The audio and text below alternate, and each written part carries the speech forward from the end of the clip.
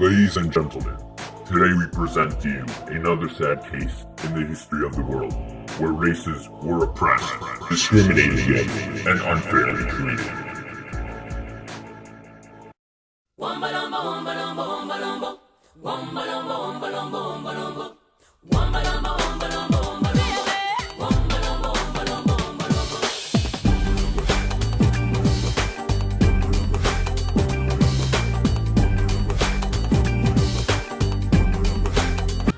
The word apartheid means apartness in the language of Afrikaans. It also is the name that the white government of South Africa called its policy of racial segregation. Apartheid was a practice of injustice that was exclusively in South Africa from 1948 to 1990. In 1948, the all-white National Party that controlled the South African government extended the policy of segregation and named it apartheid. Petty apartheid, a branch of apartheid, is the law that prohibited most interracial social contact, gave authorization for separate public facilities, set education standards, established job restrictions by race, and denied non-white participation in the national government. Racial inequality was also part of the law. The government established by law that the separate facilities did not need to be equivalent. Grand apartheid, another branch of apartheid, was what geographically separated the racial groups. This was implemented with the Group Areas Act of 1950.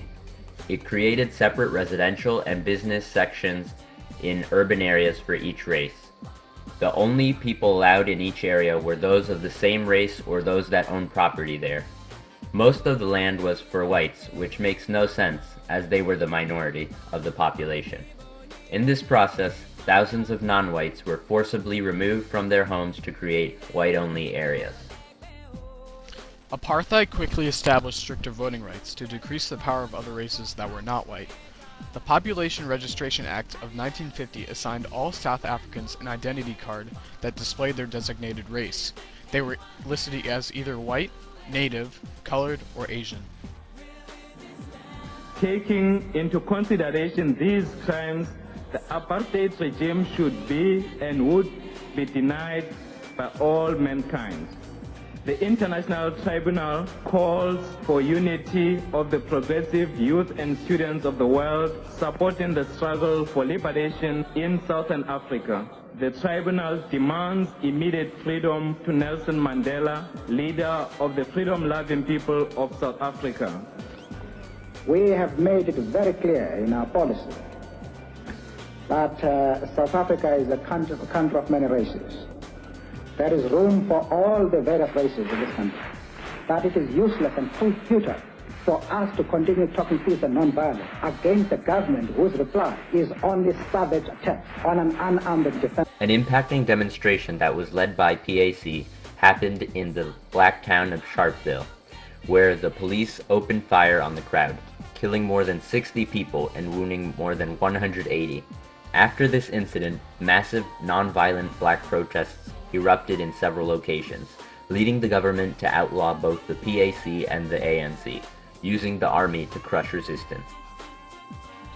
The importance of this incident is that it attracted international attention to South Africa's system of discrimination.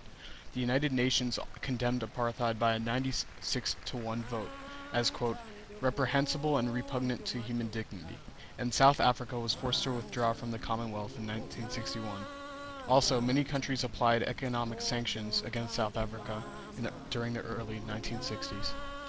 A very cruel and unjust law was the Indemnity Act of 1961, which made it legal for police to torture and kill people while performing their duties. Later laws extended the power of the police by allowing them to arrest and detain people without trial and to deny them access to lawyers and to their families. The people, naturally, grew tired of the situation and began to revolt against the government. One of the main groups that opposed apartheid was the African National Congress, or the ANC. The group was directed by Albert Luthuli, Walter Sisulu, Oliver Tambo, and Nelson Mandela. The ANC sponsored nonviolent demonstrations, strikes, and boycotts from the 1940s through the 1950s. In 1952, the ANC came together with the South African Indian Congress to start the Defiance Campaign. During this campaign, protesters burned their identity cards and defied the laws of apartheid peacefully. About 8,500 protesters were arrested. In 1955, the ANC and other groups had a meeting, which they named the Congress of People, which included blacks, Indians, people of mixed race, and sympathetic whites as well. The next year, the government charged more than 150 of the attendees with treason, but they were acquitted after a long trial in 1961. Some members of the ANC believed that blacks could better achieve their liberation without working with other races. This brought the breaking away from the ANC and the creation of the Pan-Africanist Congress, or PAC, in 1959. They were headed by Robert Sobukwe, and in 1960 they created a new nonviolent campaign against identity card laws. F.W. de Klerk of the National Party was elected to president in 1989. While in the presidency, he sped up the reform process and oversaw the destruction of the apartheid laws. In February of 1990, he released Mandela and many other political prisoners, as well as lifted the ban on the ANC and PAC. The country slowly moved forward, allowing limited school integration in early 1991, and by the middle of the year, the Population Registration Act of 1950 was repealed. In 1992, the ANC and the National Party agreed to a landmark Record of Understandings, allowing for a peaceful transition to a democratic republic. Due to these achievements, Mandela and de Klerk received the Nobel Peace Prize in 1993. The country's first all-race national elections took place in April 1994 and produced the government with a black majority. Mandela became president and de Klerk became deputy president. For nearly 50 years, the policy of apartheid limited the prosperity of the majorities living in South Africa. In the early 1990s, the laws of apartheid were abolished one by one, starting with the reform policy of F.W. de Klerk in 1989, which paved the way to allow voting rights of every South African. This enabled the people to elect a recently released revolutionary, Nelson Mandela, as the first black president in 1994. Mandela then finished the job and abolished apartheid as a whole from South Africa shortly after he was elected.